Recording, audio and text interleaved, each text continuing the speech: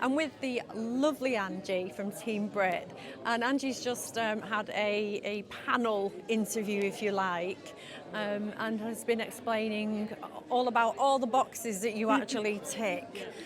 So let's go through some of the boxes that you're ticking. Hi, I'm Anji. I am Asian, so kind of tick your Asian box there. I'm disabled, I've got MS, and I'm also part of the LGBT community. I'm gay, I'm married to my wife, so yeah. You mentioned about your MS, and you mentioned that that's actually quite a recent diagnosis. So obviously, previous to that, you may have led a relatively normal life, like a lot of people. And we do know that there are people born with disabilities and are born with conditions from a young age, and then there are people that develop them over time. And how difficult has it been to be faced with a life-changing condition? I was going to say, at first it was definitely difficult. I'm still kind of learning what I can do and what I can't do. I still push myself and then I regret it afterwards, and I'm like, maybe I shouldn't have done that. But still living and learning. Being diagnosed with it for about 4 or 5 years now. But I think it's just knowing my limits, which I'm still learning, and I think it changes every day. And I think that's with any disability you have, whether you're born with it or whether it's something that just kind of appears like 30 odd years into your life. So I think it goes down to the individual themselves as well. So I generally try to be a very positive person. So I always try to look for the better things in life. And I mean, silver line for me is if I didn't have MS, I wouldn't be part of Team Brit. I wouldn't be able to join all disabled driver liner team. So there's always a silver lining somewhere. You just got to look for it. There is, absolutely. What did you do previous? So I have no racing experience whatsoever. I actually used to live in the Middle East. I used to work in finance out there, and then I came back to the UK, got myself into sales, and then I was just working. Me and my wife actually went on our honeymoon, and coming back from our honeymoon, I just wasn't feeling 100%, and that's when I got diagnosed with MS. I was more lethargic. Just couldn't walk properly, couldn't see out of one eye properly as well, and then they did all the tests, and then we found out this is the reason why you have MS. Okay. And for people that are perhaps at home and facing these kind of difficulties, maybe they're in the infancy of their conditions or their disability, or maybe they dream about working in motorsport or driving in motorsport. What can you say to those people? Just because you have a disability and it's something that you think is going to stop you, I mean, behind us we've got this poster here of one of our drivers. He's paralysed from the hips down, and he can still drive a race car. Al, our race engineer, he's created a hand control system on the steering wheel, so you've got your acceleration, you've got your brake, your gears on there. We've got Paul, who drives us, who's missing a leg. We've got Tyrone, who's only got use of one arm. We've got people who have ADHD and autism as well. So don't let your disability define you. We're all here, all of us drivers. We all have social media. You'll be able to find us if you follow Team Brit Racing on Instagram. You can see all the drivers on there as well. So feel free to reach out to one of us. And if you see us at a racetrack, we're very inclusive. We'll invite you to the actual pit garage. You can meet the rest of the team and stuff as well. So you can kind of explore your options, see what's out there. Yeah. So it's amazing that Team Brit exists, Yes. and it's amazing that all these opportunities are coming for people with disabilities. How about other teams? Yep. How about, I mean, we know that we have Nicholas Hamilton, Yes. that's, a British touring car, and he has adaptabilities, and, I've spoken with him at the racetrack and the races. But how about other teams? How about Formula One, Formula Two? Do you feel there's a fear maybe amongst bosses, CEOs, people that scout for talent? Do you think there's a fear of them looking at people with a disability? I think definitely, because it's an unknown. They're not sure what they're going to get with it, and also sadly certain disabilities you don't know what the timeline is. So like with myself, I'm on a treatment, so I'm stable. If I wasn't on a treatment, probably got another 4 or 5 years to live, and that's it. So it's also, I guess, those bosses understanding that actually if I sign someone on, am I going to have them for 2 years? Am I going to have them for 10 years? I don't know.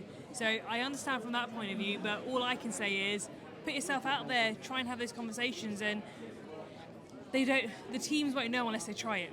So one of our drivers, Bobby, he's autistic as well, and same as my wife, Asha. I kind of say to them that you guys have a superb superpower because they're able to calculate turns 3 turns before. Wow. So the way that their brain programs is amazing. So it may be something that actually, if they had a autistic driver on the F1 team, that they would be doing a lot more better than other drivers. You just don't know. Yeah.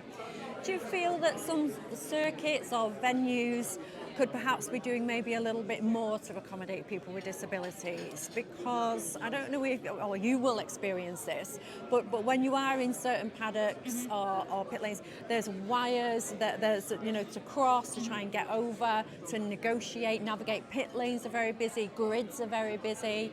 What do you think could be done to make that an easier process for someone with a disability? I think it will go down to the venue and stuff as well. I mean, luckily for most of the racetracks we've gone through, we haven't really had that issues. You've got the wires and stuff coming through, but then the, I guess, pit gouge area is closed, so only the drivers are going to be going through that. But I think it might be them maybe opening up the track a little bit earlier to get those disabled individuals out there so they can see it, because otherwise they may not get a chance to actually view it. So I think it's something where we would have to kind of talk with either MSV or even Silverstone and actually be like, look guys, during like a race weekend, we understand that for, I don't know, the British GT, it's an open grid walk, so you can get other people on there and they can kind of see it. Is there a way where we can get kind of the disabled community out there a little bit earlier? Because, I mean, I can walk from A to B. You may do it in 5 minutes, I may do it in 25. I can still get there, I'm just a little bit slower. So giving us the advantage and the ability to actually say, do you know what, we've thought about you, let's actually go out there and open our doors a little bit early for you. So, worth thought for them, we never know. Yeah, and I'd kind of like to add a little bit to that too, because I do feel that there is definitely more that can be done, and I'm also disabled and I have sometimes hidden disabilities, but when I'm flaring they become very apparent and very obvious. And one of the difficulties I came across was that walk, not necessarily at the beginning of the day, at the end of the day, and there wasn't sort of disabled parking. You know, I have a blue badge, and there wasn't disabled parking at the tracks, at the venues. And some of the stewards, at the racetracks have been quite accommodating to try and put me in an area where I'm closer to the media centres, which is great because then it's less of a walk afterwards. But then there are some circuits that didn't even provide a parking space for me at all. And so I had to find a different way to get there and get home, and that was to actually be picked up. So I had that option to drive taken away.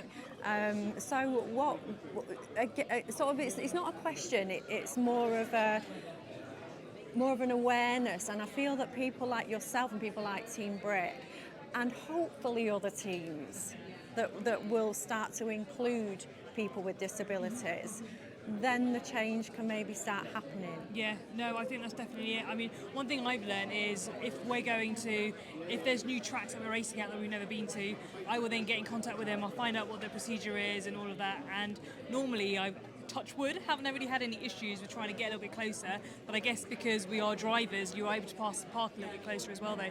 When I do show them my blue badge or got my wheelchair in the back, they're like, oh, okay, we understand why you've got to be closer. So a lot more understanding. So probably 2 years ago, it took maybe 10 minutes for me to get myself closer. Now it's only a couple of minutes. So I want to think that, I guess, motorsports or MSV are actually talking to their marshals and stewards and saying that actually, if you see anyone like that, they are allowed to park a little bit closer. So I think again, it's just spreading the awareness. Yeah, and I feel that, the event today, we're actually at a Racing Pride event, which is representative of the LGBTQ plus community. So we're having a conversation about disabilities, which kind of isn't necessarily relevant to today. But with LGBTQ+, with Racing Pride, Richard is very much including others and alliance, and the plus is possibly disabilities too. And I'm guessing in one respect you're not only here because you're part of the LGBTQ+ community, you're here because of Team Brit and what they represent. So I feel that maybe working closer with people like Richard, people like Racing Pride, and maybe other organisations that represent diversity. Yeah. You know, maybe there's a way for us all to collaborate and come definitely. together. Yeah, I think that'd be a great idea. I mean, that's one thing that me and Richard always kind of chat about as well. It's just that, yes, we understand Racing Pride is kind of part of the LGBT plus community on there, but not only am I part of that, I also have a disability as well, and I'm more than happy to kind of put my thoughts out there and see. We do like paid talks with different teams, so some of our sponsors will go to their offices and we'll actually kind of talk to their employees and just let them know that, yeah, you guys are sponsoring us as a race team, but actually most of our drivers have a full-time 9-to-5 job as well. So the racing is just a hobby, so to say. So it's actually spreading that word again. Yeah, and attending more and more events like this and, exactly. and being, you know, publicly visible. Yeah, and just events like this making us all feel so inclusive. Yeah. And you do feel like you would. I would like there to be a day when we don't necessarily have to have these discussions all the time. Yeah. That we live in a country and a world, but the world's a much bigger place to convince, if you like, but a country for sure that is leading the way, and companies that are leading the way, which is exactly why we're here today, really, 100%. isn't it? Making it part of the normal, as I say, or whatever the normal is. Yeah, absolutely, yeah. Yeah. Oh, it's been absolutely lovely You to meet you, too. Angie. No worries I'm at so all. happy to see you. Likewise, and we'll hopefully seeing you at some tracks as Yes, well. definitely. So if you see us there, come on down. Like I said, you're always welcome. I'll be so. cheering you. I'll be cheerleader for you, Yeah, and do good luck. it. Thank you so much. Best of luck.